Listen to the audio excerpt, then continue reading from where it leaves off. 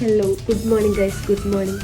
നമ്മളിപ്പോൾ ഉള്ളത് ഡൽഹിയിലാണ്. അങ്ങനെ നമ്മൾ ഡൽഹിയിലത്തെ പുട്ടും കടലൊക്കെ തിന്നിക്കാണ്ട് ആദ്യം പോയത് പാർലമെന്റ് കാണാനാണ്. പാർലമെന്റിന്റെ ഉള്ളിലേക്ക് ക്യാമറ അലോഡ് ഇല്ലാത്തതുകൊണ്ടാണ് ഞാൻ അതിന്റെ ഫോട്ടോസും വീഡിയോസും അവിടെ ജസ്റ്റ് ഒന്ന് കൊടുക്കുന്നുണ്ട്. സാമ്പാറും ചോറും കിട്ടി.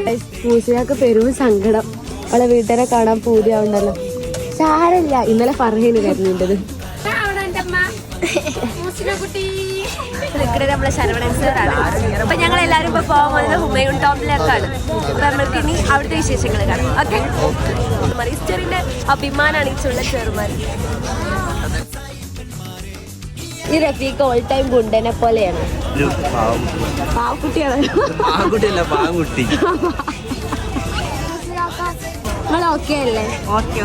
തസ്രീഫിന്റെ കുപ്പായത്തിന് ഒരു സ്പെഷ്യാലിറ്റി ഉണ്ട്. ഇതൊന്നും ചളിയല്ല, ഇതെല്ലാം ഡിസൈൻ ആണ്. നമ്മള് പഞ്ചാബി ആയതാണ്. പഞ്ചാബ് കൈ നീട്ടി ഒരു കാർഡ് തരും, അതുകൊണ്ട് വേണം നമുക്ക് പോവാൻ. ഈ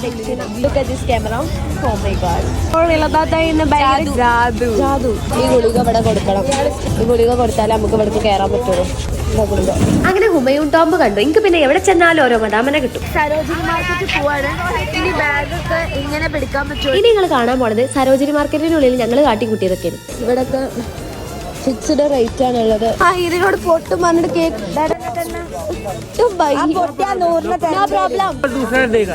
നിങ്ങൾ വേഗം ഞങ്ങൾക്ക് പോണം.